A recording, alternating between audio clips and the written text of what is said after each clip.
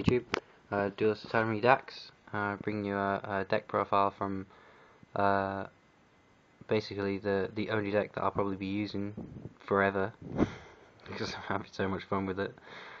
This is sort of like an update more than anything, just from things that I've learned about it that I thought I'd share, and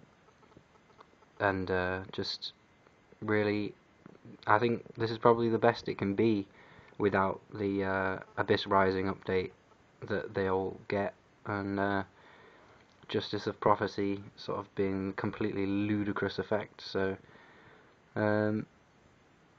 yeah, so 3 High Priestess, 1 Gauze, 1 Lily, 3 Temperance, 2 Effect Veiler, 1 Lila, 2 Spellbook Magician, 3 Spellbook Magician, 3 Strength, Monster Reborn, Dark Hole, Heavy Storm, 2 Mystical Space Typhoon, 1 Book of Moon, 3 Spellbook of Secrets, 3 Spellbook of Power, 3 Spellbook of Life, 3 Spellbook of Wisdom, 2 Magical Dimension, and 3 Reckless Greed. Okay, so I came second at my locals last week with this. It wasn't quite the same as this, it was more how it was originally, but what I learned from using it was that it is actually a very difficult deck to play. It never does the same thing twice, apart from, Toolbox, all the spell books, pretty much you can have whichever one you want whenever you want.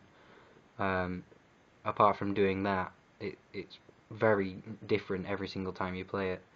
My favourite thing to do is Spellbook of Life Effect Veiler on a higher level, and bring it back, and then Synchro Summon into Arcanite or what's it called? Tempest, and I've done some really fun things with that,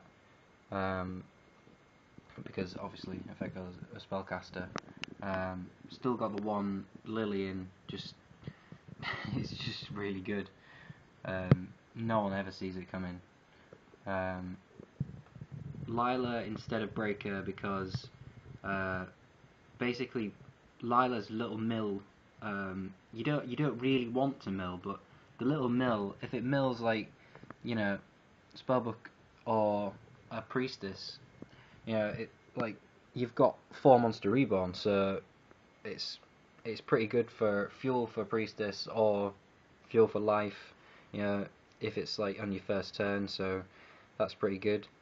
The one thing I think when people have been making it that they've sort of where they go wrong is they kind of they try and pull away from it and try and sort of merge it with something else. It's like I kept trying to make it so that it would be able to play Arcanite a lot, and there just isn't any point. It doesn't need any help from anything. It's really good on its own. It's like Insectors. You can pretty much just not have any staples, not have any traps, and just pretty much just run every Insector card, and it's still a pretty good deck. And it's the same with these. Like they don't need an extra deck at all. They're just generally it's like a really old style. Doesn't use the extra deck or fusion deck back then, and it's just generally not in any need of any support whatsoever, other than a couple of random texts which will obviously come out when the next support comes.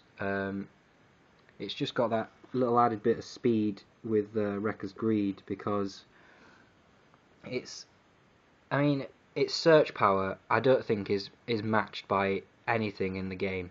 I think once Abyss Rising comes out, I think this Spellbooks and Prophecy I think will be the most searching deck that there is in the game. I don't think there is one that comes even close, because it has like 12 search cards. So if anyone can top 12 search cards for one archetype, you let me know. I'll see it in the comments. But yeah, it's a very fun deck to play. It is difficult, but you know, I think that's part of the fun. I've just bought 3 Delg the Dark Monarch because it's a spellcaster, and you can bring it out with Temperance for some really fun double DD crowing in the side deck for those awkward matchups. So I think that's going to be fun. I've also got some Jargon the Spiritualist because I don't know, I just thought it would be something fun to try in the side deck for those decks that special summon a ridiculous amount, and you just basically dark hole their field with it. Yeah, so that's my deck. I'll let you know how I do this Sunday. Thanks very much.